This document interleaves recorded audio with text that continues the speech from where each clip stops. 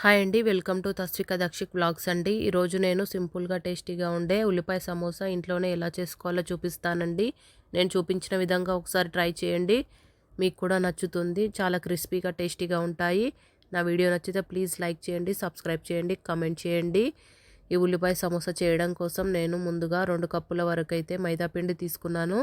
దాంట్లో 1 స్పూన్ ఉప్పు వేసి మొత్తం అంతా కలిసే విధంగా కలుపుకున్నానండి. అలాగే కొద్దిగా నీళ్ళు వేసుకుంటూ చపాతీ ఉండేలాగా కలుపుకోండి.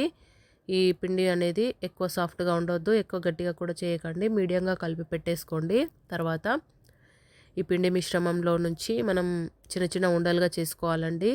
ఇది ఏం నానబెట్టాల్సిన అవసరం లేదండి, వెంటనే చేసేసుకోవచ్చు. ఇలా చిన్న చిన్న ఉండలుగా మనం పూరి కోసం అయితే ఎంత సైజ్ అయితే ఉండలు చేసుకుంటామో అలా అన్ని ఉండలు చేసుకోండి. ఒకేసారి అన్నీ చేసేసుకుంటే మనం సమోసాలు చేయడం ఈజీ అవుతుందండి. ఈ విధంగా పిండి మొత్తం ఉండలుగా చేసుకోండి. మనం ఈ ఉల్లిపాయ సమోసా చేయడానికి షీట్స్ అనేవి కావాలండి. ఆ షీట్స్ చేయడం కోసం ఇప్పుడు ఒక్కొక్క ఉండను తీసుకొని పొడిపిండి వేసుకుంటూ చిన్న చిన్న పూరీలాగా చేసుకోండి. మనం ఇలాగే అన్ని పూరీలాగా చేసుకోవాలండి. తర్వాత మనం షీట్స్ కోసం ఎలా చేయాలో చూపిస్తాను.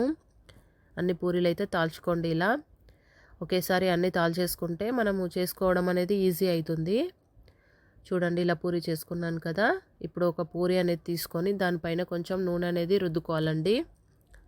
నూనె రుద్దుకొని దానిపైన మళ్ళీ కొద్దిగా పొడిపిండి అనేది చల్లుకోండి. మనం ఒక పూరి పైన ఇంకో పూరి పెట్టుకుంటూ ఇలా 4 నుంచి 5 పూరీల వరకు అయితే పెట్టుకోవాలండి. ఈ విధంగా నూనె రుద్దుకొని పొడిపిండి చల్లుకొని మళ్ళీ పైన ఇంకో పూరి వేస్తున్నాను. దీనిపైన కూడా మళ్ళీ నూనె అనేది రుద్ది మళ్ళీ పొడిపిండి చల్లి ఇంకొక పూరి వేస్తున్నానండి. ఇలా మీరు 4 అయినా 5 అయినా పూరీలు ఒకదానిపై ఒకటి వేసేసుకోండి.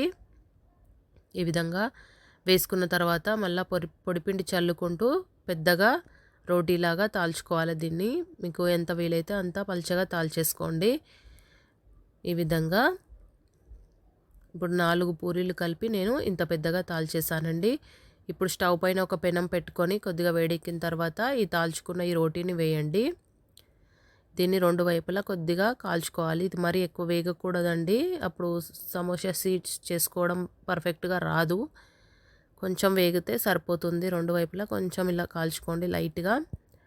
ఇంతేనండి, సరిపోతుంది.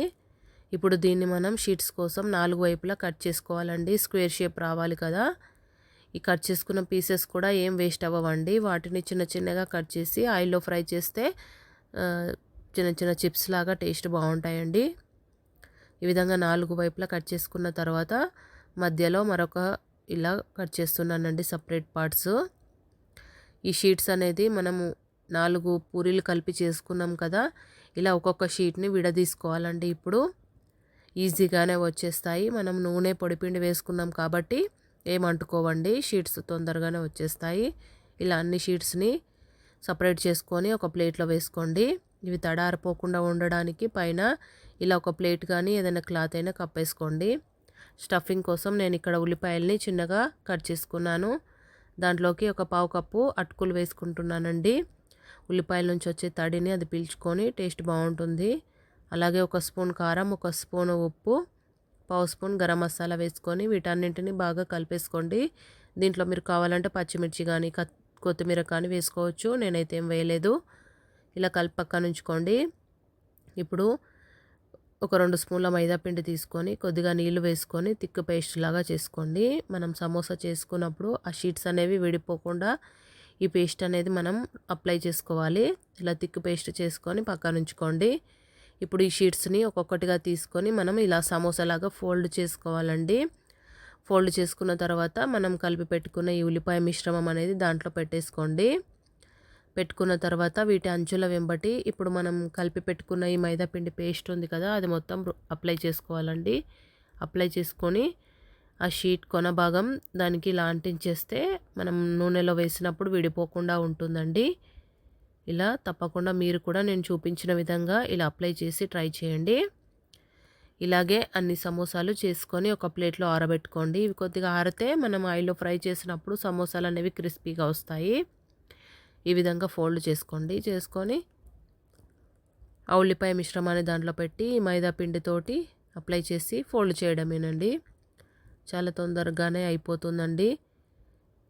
ఈ విధంగా మీరు కూడా ట్రై చేయండి. చాలా క్రిస్పీగా టేస్టీగా ఉంటాయండి. మనం బయట తెచ్చుకున్నట్లే ఇంట్లో హెల్తీగా చేసుకోవచ్చు. ఇలా ఈ విధంగా చేసుకొని అన్నీ ఒక ప్లేట్లో అయితే పెట్టేసుకోండి.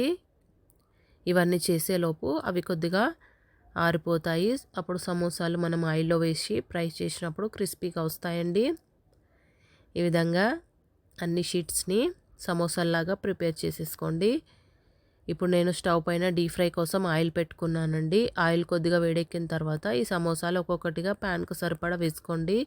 ఈ ఆయిల్ అనేది మరి ఎక్కువ వేడవ్వకూడదండి.